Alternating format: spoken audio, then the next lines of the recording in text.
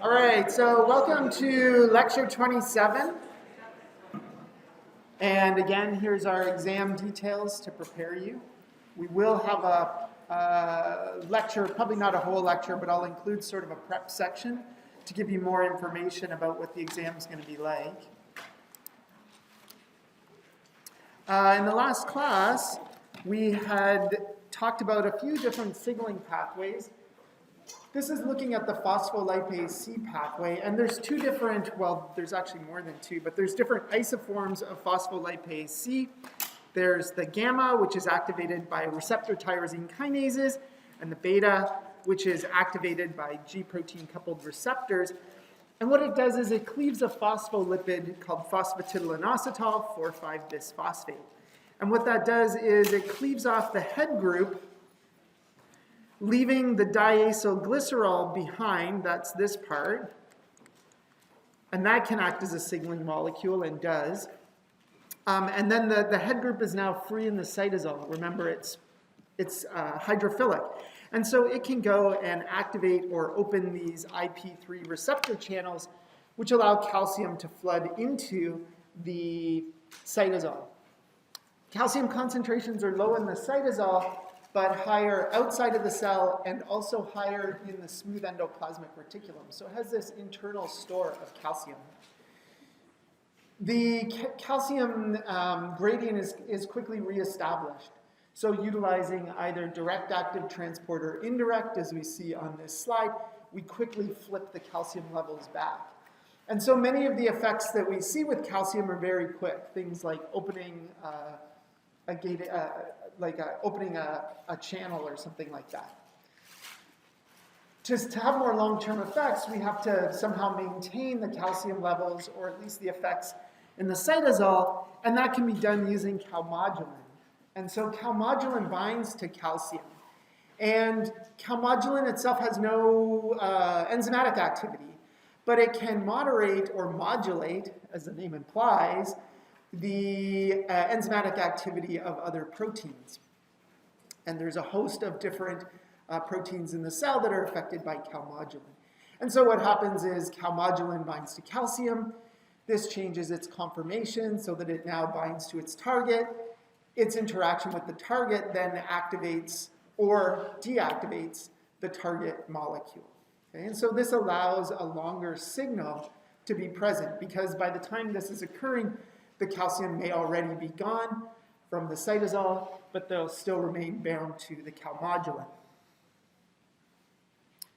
So that was our calcium signaling. Then we talked about receptor tyrosine kinases, and I actually kind of messed up how I taught this to you, so I'm going to fix that today. And so there's two theories about how this works, and I taught you the one that I know, but there apparently, I was doing some research, there might be more evidence for the way they did actually draw it here, interestingly enough. So the key here is that the receptors either have kinase activity, and this is tyrosine kinase. So remember, tyrosine has that phenolic group with an OH on it. That's the side chain. Looks like this. That's tyrosine, which is also represented as Y. And so in this example, the cytoplasmic domain has kinase activity. There are other examples where the cytoplasmic tail does not have activity, but instead it's bound to a tyrosine kinase that has activity. And the way it works is exactly the same as what I'm going to describe. The idea is that the activity is very low because the activation loops of the kinase are not phosphorylated. So in order to fully activate the kinase, we have to phosphorylate the what's called the activation loop. Okay?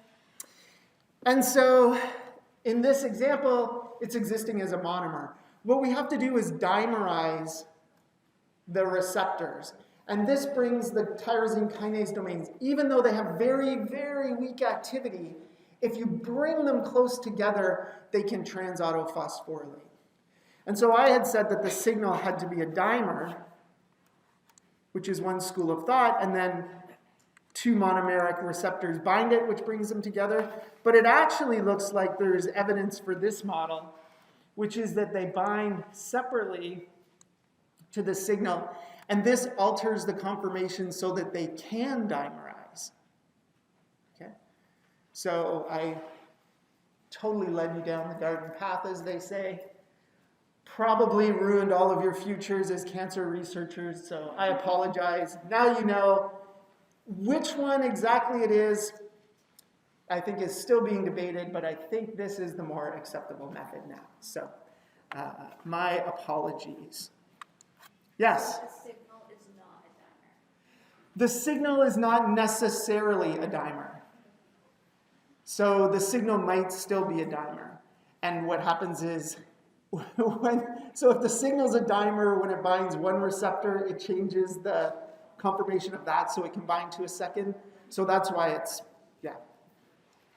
In the end of the day, what happens is we bring the two receptors together. And once we get that first phosphorylation of the weak to the weak, we've activated one kinase, so it's now got robust kinase activity, so it in turn activates the second kinase, and then they start phosphorylating each other extensively, creating a whole bunch of docking sites, so docking sites for proteins. Some of those proteins being brought to the receptor is the importance. Others will be brought to the receptor, and they in turn will become phosphorylated, creating binding sites for further proteins. And this allows us to assemble these pathways. We then looked at a really important pathway. This is the MAP kinase pathway. So the MAP kinase pathway, well, RAS, I should say, is implicated in something like 30 to 50% of all human cancers. So it's a very important gene from the point of view of studying cancer. It's what's called an oncogene, which is something that promotes growth. And we'll look at oncogenes in a lot of detail in our section on cancer, which is coming up in 2 sections. So the RAS superfamily of about 100 proteins basically are all of the monomeric GTPases. Well, they are all of the monomeric GTPases. And the first one then that was discovered was this RAS. And RAS is bound here to the plasma membrane via lipidation, but it's in the inactive GDP-bound form. The GEF for RAS is son of 7-less here, which is cytosolic. So it doesn't come into contact regularly with RAS. When the receptor becomes phosphorylated, it creates a binding site for GRAB2, which can bind to phosphorylated tyrosines. And GRAB2 is bound to son of 7-less, and so that brings the whole pathway, or brings the GEF up into the vicinity of the RAS, allowing it to activate the RAS, which in turn activates what we call MAP kinase signaling. So mitogens are signals that initiate the cell cycle, so they kick things off. Growth factors also play a role. They're important for growth and division, so we'll see these factors are all linked, but that is the slight difference between a mitogen and a growth factor. The mitogen-activated proteins in this case are, there's 2 examples here, JUN and ETS. Okay, there are other MAPs in the cell. And these can only be, they can only assert their effects on transcription once they've been phosphorylated. So a mitogen-activated protein gets phosphorylated by a mitogen-activated protein kinase, and then we talked about the whole cascade, the kinase, and the kinase. And each of these steps is potentially regulatable. And the other thing is that's important here is that there are a number of different components in the MAP kinase pathway that can be used combinatorially. And so we can actually put together different types of MAP kinase pathways that will affect different mitogen-activated proteins. And so we can be activating a subset of them rather than all of them for example. Okay? And finally, we sort of looked at the integrated insulin signaling pathway because we had spent quite a bit of time on that, and we looked at sort of the importance of AKT, and we're going to look a little bit more at the importance of AKT today. We're going to talk about lipid signaling, serine threonine signaling, two-component systems in bacteria, and then we're going to move on to topic, I believe it's 7, which is the cytoskeleton. All right, so lots of review there. Any questions? No? All right. So here we can see the different phosphorylated states of phosphatidylinositol. So here we have the unphosphorylated phosphatidylinositol, or PI. It can be phosphorylated at position 4, 4, 5. It can be phosphorylated at position 3, 3, 4, or 3, 4, 5. So there's different combinations of this that occur. Again, the phosphorylation of this is carried out by kinases. They're not protein kinases because this isn't a protein, but they are kinases.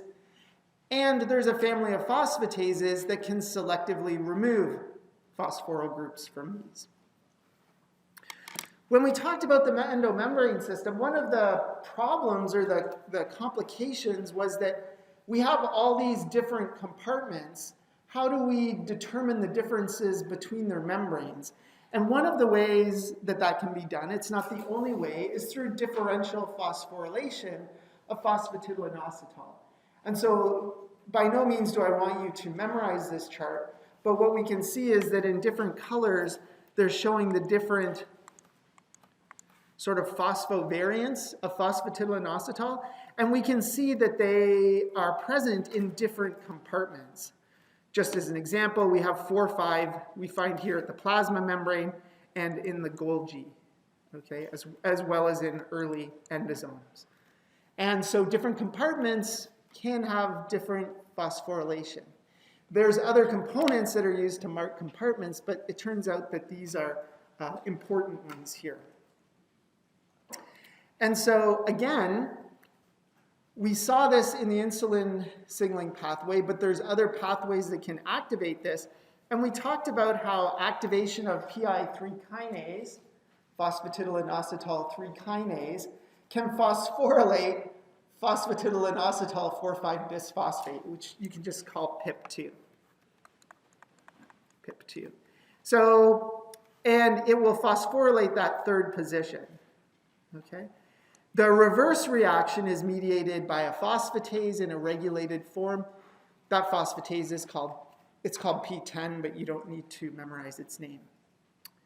So now at the membrane, we have PIP3. We're just going to call this PIP3 because it's too much talking other ways. And PIP3 binds to pH domains. And what this means is that proteins with pH domains can bind to the membrane. And think what's happening here is we have the receptor, and then we have this PI3, and so it's going to be phosphorylating a bunch of phosphatidylinositol within a localized region, right? Sort of around the area of the receptor. So that means that different proteins that bind to PIP3 are actually brought together at that point. And what this allows for is AKT activation via phosphorylation by this one shown in brown called PDK1, because they both have pH domains. So it brings them physically into proximity so that PDK1 can phosphorylate AKT. In other words, it helps it find its substrate. There's another protein called mTOR, which plays a role, but we're not going to worry about that. And so now AKT goes off and does its thing, and we know that this will bring, for example, the GLUT4 transporter to the plasma surface to bring glucose in. It'll activate glycogen synthase, but it also prevents apoptosis. So this is part of the apoptotic pathway, and we haven't had time to get to that yet. but it's something we'll talk about. I think it's maybe even our last topic. And one of the components of this pathway gets phosphorylated and promotes survival. So that means in the absence of AKT activation, we don't promote survival. Okay? So a specific signal is received, it activates AKT, and it says, hey, cell, why don't you stay alive? Because the default for the cell is to undergo a programmed death program. Okay? So again, we'll see what apoptosis is a little bit later. But again, this sort of overlapping with the different pathways. And so that's kind of where, well, that's where we're going to end the receptor tyrosine kinase pathways. And we're going to move on from that. There's lots of other ones that are important. We're just doing sort of a survey, and you'll see more of these in 360 if you go on to 360, or some of the fourth-year signaling classes. Any questions? So serine threonine signaling the principles are actually really similar, but there's a much smaller number of these receptors. And these are called either TGF-beta for transforming growth factor beta, or BMP for bone morphogenic protein. I don't know why I just wrote out that one. So this is transforming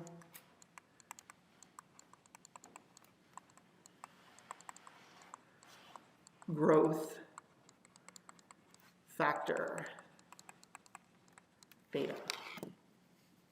And these are heavily implicated, first identified in, and largely studied in development. They're really important developmental pathways.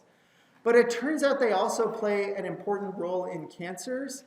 And interestingly, for these, sometimes disrupting these pathways can promote certain cancers, and disrupting these pathways can also prevent other types of cancers. So depending on the type of cancer you're looking at, TGF-beta signaling can either have a positive regulatory effect or a negative regulatory effect on it, which is kind of neat.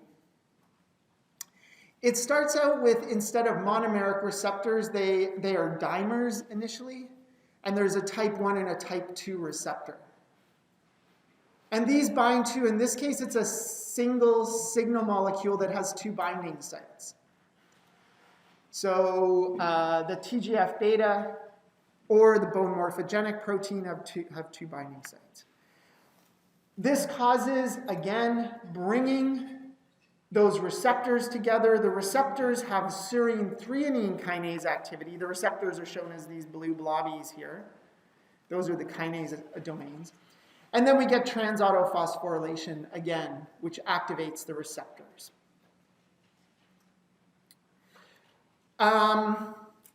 There is a gene that has been identified in, you're never going to guess this, fruit flies, where they develop 10 legs, and it's called decapentaplegic. And it can be inhibited by a protein called MAD, a gene called MAD, which means Mothers Against Decapentaplegic.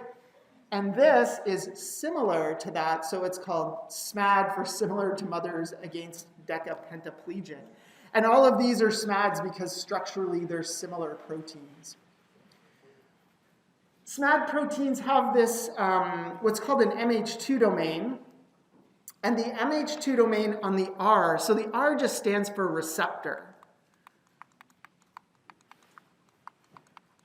The MH2 domain on the R-SMAD binds to phosphorylated serine residues.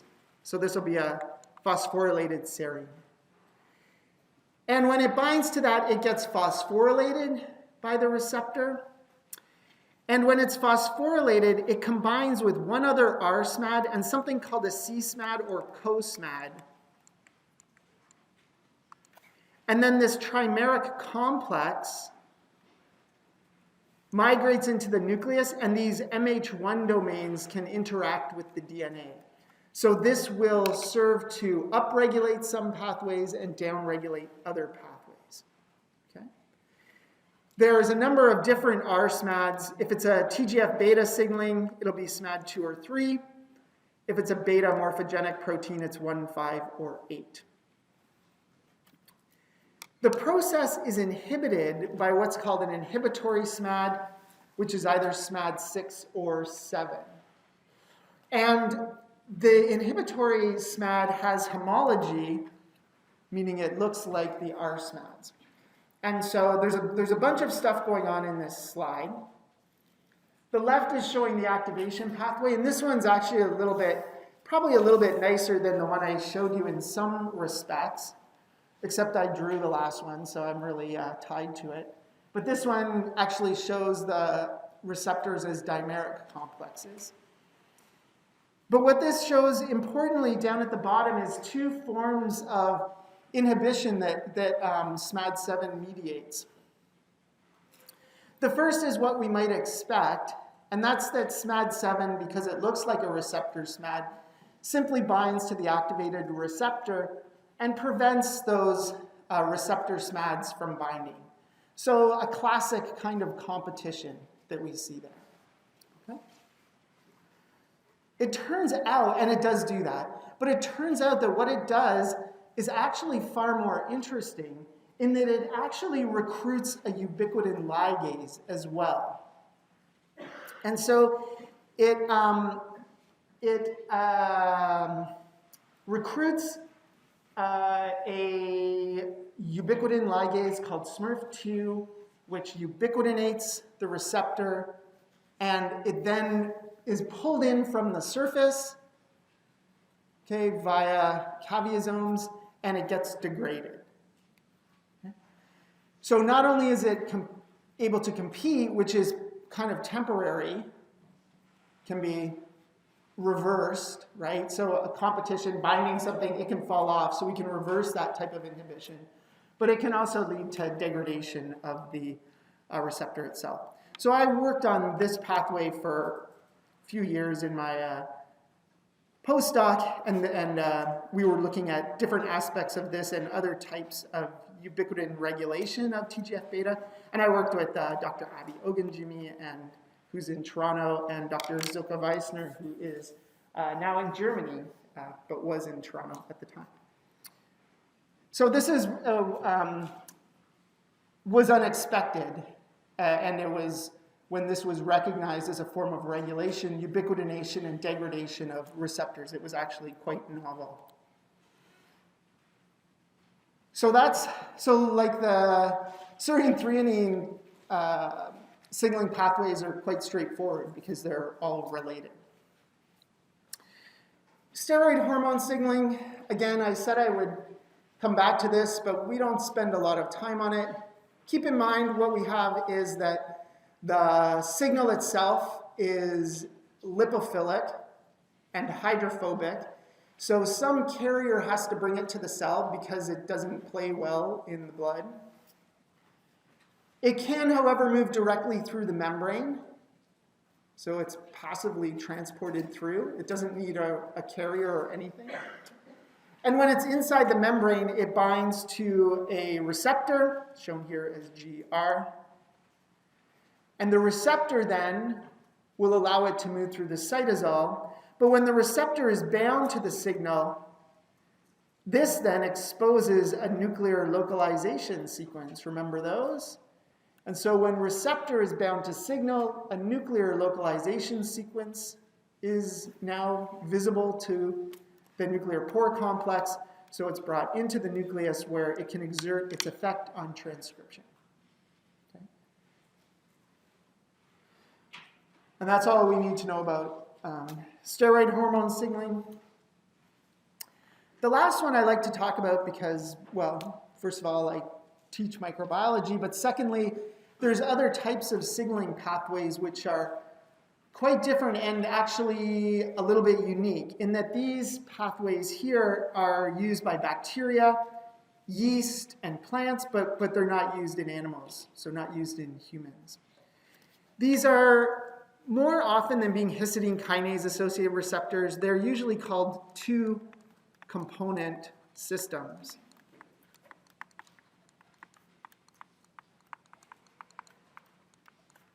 Or TCS. Right? These are very important signaling pathways in bacteria.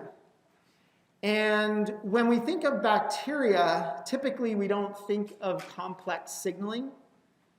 And when I was learning about bacteria, we didn't think about signaling at all, really. But it turns out that bacteria do have a number of different types of signaling pathways, including they have kinase pathways, which are used. The kinases themselves look the same as the ones in, well, the serine threonine kinases look basically the same as the ones in humans. But they don't function, it's not an analogous pathway. The pathways that they will often use for detecting external signals are these two component systems. Right? So these are used to detect external signals. They can also be used for internal signals as well, but this example is showing a signal comes in on the outside. A two-component system has, you'll never guess, two components. The first is called a histidine kinase. So slow down. We've been talking about serine, threonine, and tyrosine, all of which have an OH group. And if we look at histidine, histidine doesn't have an OH group. Right? But it can still be phosphorylated. The other residue we see getting phosphorylated here is a phosphoryl aspartate. So aspartate is also phosphorylated here. Unlike serine, threonine, or tyrosine phosphorylation, phosphorylation of an aspartate or a histidine, it's labile, meaning it's not stable. The phosphoryl group is transferred off of the amino acid side chain fairly easily. So the receptors themselves are multimers, but they're in a conformation where the histidine kinase activity is off, generally. When they bind signal, the multimers rearrange and activate the kinase activity so that now the histidine kinase, the receptor, phosphorylates itself. And so the first component is the histidine kinase, or the HK. That phosphoryl group is then quickly transferred onto an aspartate residue on the response regulator, or RR. And in the simplest cases, that response regulator, now that it's phosphorylated, binds DNA. And something like 63% or 65% of these pathways lead to activation of, or inactivation. They lead to binding of the DNA. And so it's a very simple signaling pathway. You can have different versions of it. So for example, here we've got sort of this one is more than two components. It goes from a histidine to an aspartate, to a histidine, and then to another aspartate. There's all kinds of different ways these are set up. And if we have one, as we see on the right here, this slightly more complicated one, there's potential for regulating these different steps, so we get more regulation. But overall, these are pretty simple pathways. But they are very important for bacteria and their interaction with the environment. Yes? What kind of effects would they have on the DNA? So some of the effects, the one that is probably best studied, well, I shouldn't say the best studied, one of the well-studied is chemotaxis. So the way chemotaxis works is that bacteria can either swim towards a chemical attractant or away from a chemical repellent. And they utilize a two-component system to basically move either up or down a concentration gradient, for example. They use these for a lot of their starvation types of responses, so things like sporulation and different components like that. So they're usually generally in response to environmental signals. And that is everything you need to know about signaling. Well, until we get back to our cancer section where we'll sort of revisit some of the signaling pathways. All right.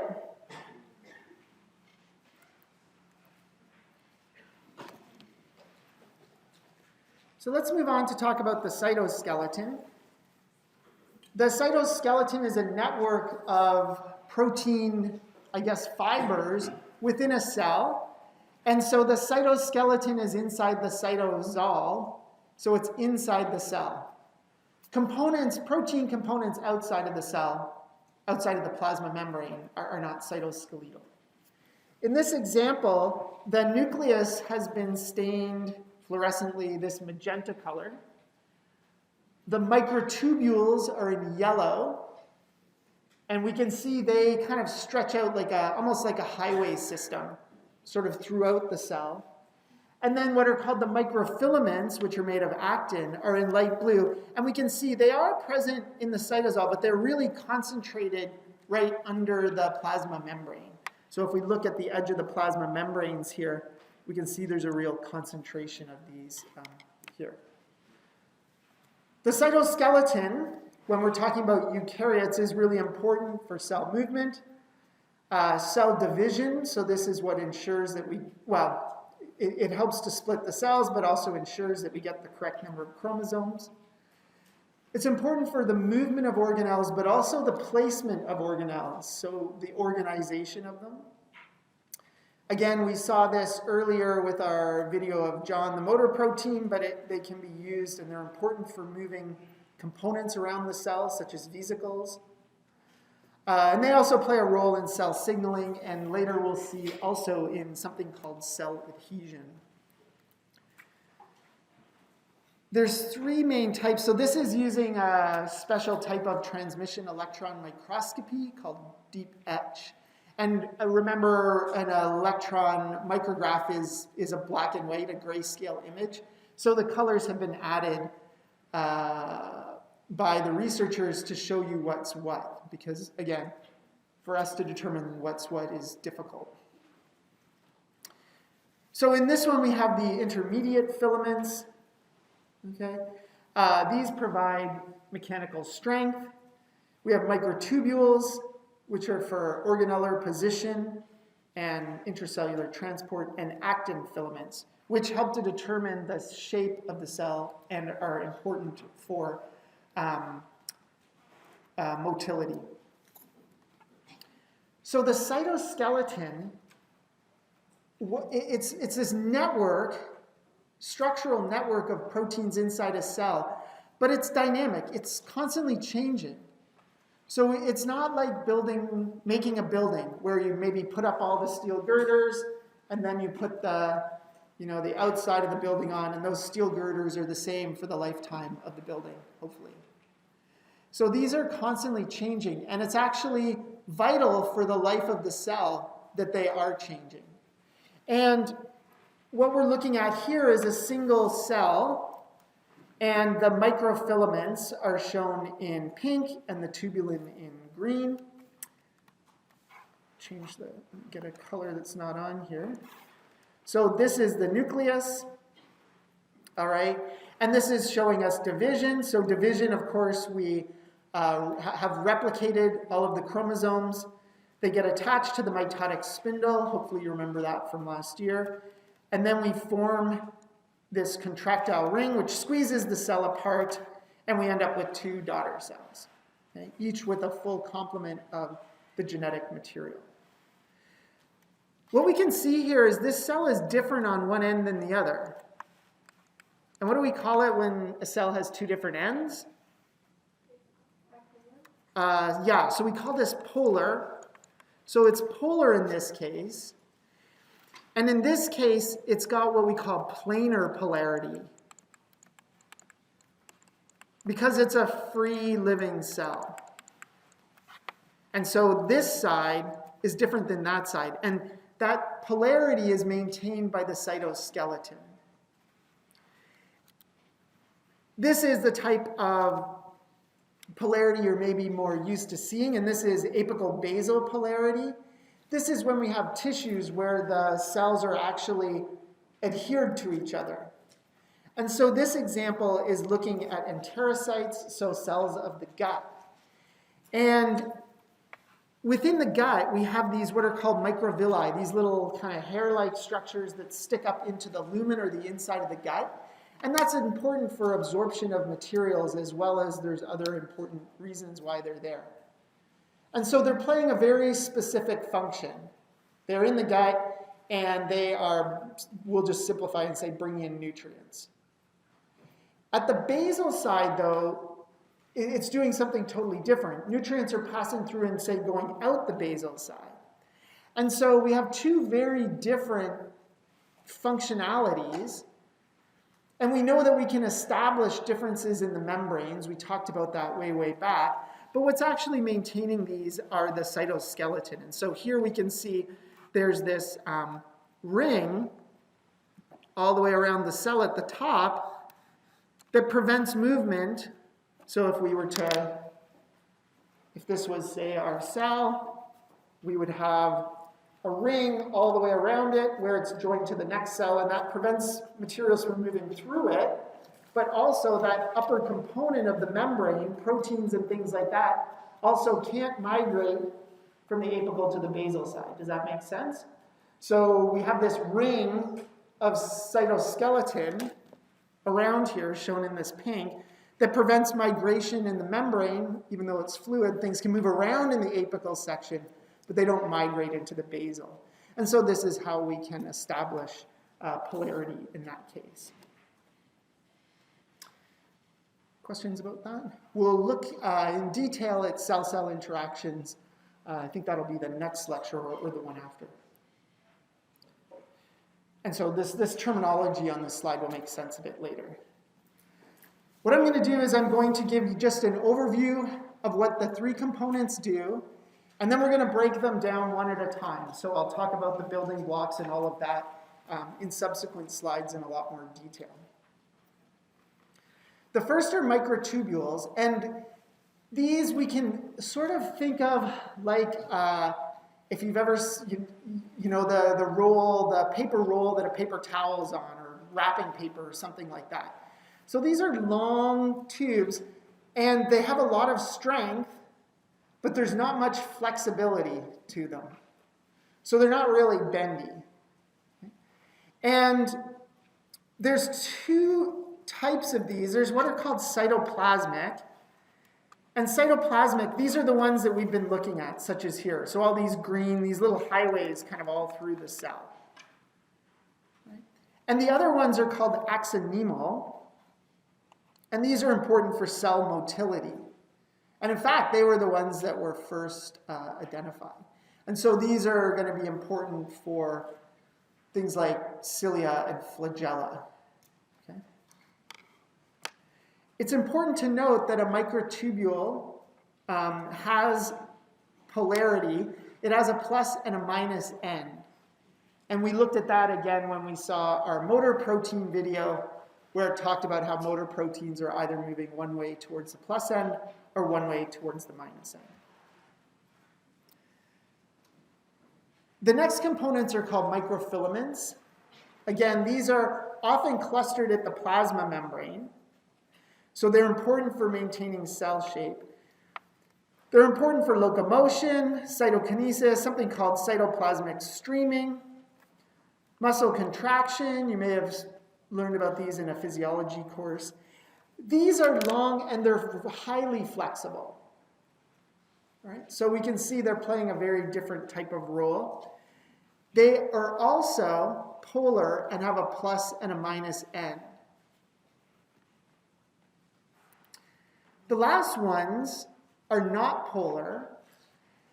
These are called the intermediate filaments, and these give structural support to the cell. And so they're important for cell shape, but we see lots of these in things like dermal cells, like skin cells, where they face a lot of, say, mechanical stress. We're not going to spend an awful lot of time on the intermediate filaments, but we will bring them up from time to time. When we look at prokaryotes, our little bacterial and archaeal friends, they have proteins. It was thought they didn't have, if we look at bacteria, it was thought they didn't have cytoskeleton. But recent, and actually not even all that recent, but recent-ish studies have shown that in fact they do have cytoskeletal components, but the cytoskeleton doesn't behave the same way. Its function is a bit different. The proteins are a bit different than what we see in eukaryotes. They do have something called MREB, which is similar to actin. If we look at the sequence, so remember the importance of the sequence of a protein, the sequence of actin and MREB actually isn't all that high. It's got pretty low sequence identity, we call that. But structurally, it's very similar. And we know when two things have similar structures, they have similar functions. Oh, so good. It's music to my ears.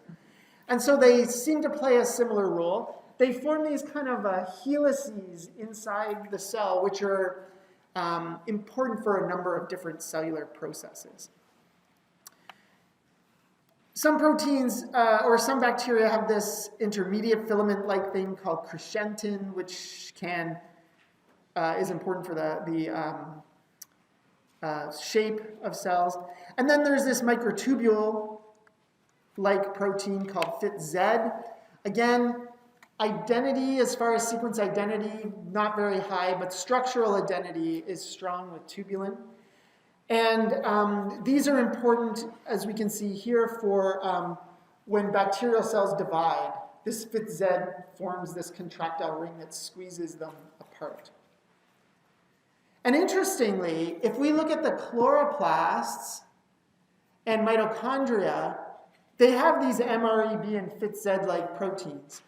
And in fact, when the chloroplasts and mitochondria divide, remember, they're not linked to the cell cycle. They're on their own schedule for dividing, the organelles. The way they divide is they utilize FitZ, or the mitochondrial or chloroplast equivalent. Okay. So just a little bit of background there. And now I'll take us sort of in more detail we'll start with the microtubules. So the microtubules are made up of dimers of alpha-beta tubulin. Alpha and beta tubulin are two proteins that are related. They have sequence homology, meaning they're similar in sequence and structure, but they are two different proteins. And in the cell, they're non-covalently associated with each other as a dimer. And in fact, we pretty much always find them as a dimer, even though they're non-covalently attached. So we'll just think of them as dimers. They have polarity in the form of a plus and a minus end. And what happens is they align themselves, I'll call it head to toe. One of the first things we might see here is these red globs. These are GTP. So both the alpha and the beta tubulin bind to GTP. And in the GTP-bound form, that can form into what are called protofilaments. So the protofilaments are arranged head to tail. So we see beta, alpha, beta, alpha, beta, alpha. With the beta subunit found at the plus end, and the alpha at the minus end. Interestingly, beta tubulin can hydrolyze its GTP to GDP, and if that dimer is free in solution, not in a protofilament, it can exchange GDP for GTP. And that turns out to be important, as we'll see in a couple of minutes. So, depending on what type of structure we're looking at, if we're looking at a microtubule, it's made of 13 of these protofilaments. So that's what forms that kind of hollow paper towel roll tube. And all these associations are non-covalent, which is important. And so on the left, we can see one of these microtubules. These ones we see to the right, these are what we find with the axonema, the ones that are associated with cell movement. They can form these weird singlets, doublets, and triplets, which are not they're not really long like a microtubule, they're very short. And they can be sort of these clusters of microtubules. And I think we'll stop there. We'll pick it up with how these assemble in the next class. I hope everyone has an amazing weekend.